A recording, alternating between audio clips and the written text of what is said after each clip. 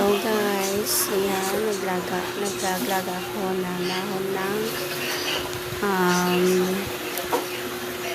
guyabano at sambong.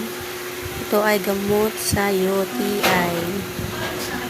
Ayan guys, ayan, fresh yan, try nyo at yan, maganda yan sa kalusugan.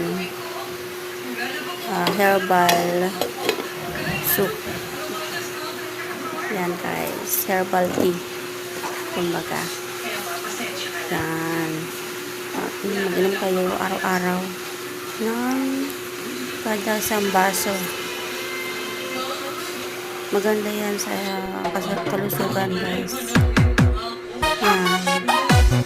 Ganda ang kulay diba? Ito ang epekto guys ng pag-inom ng herbal na yan.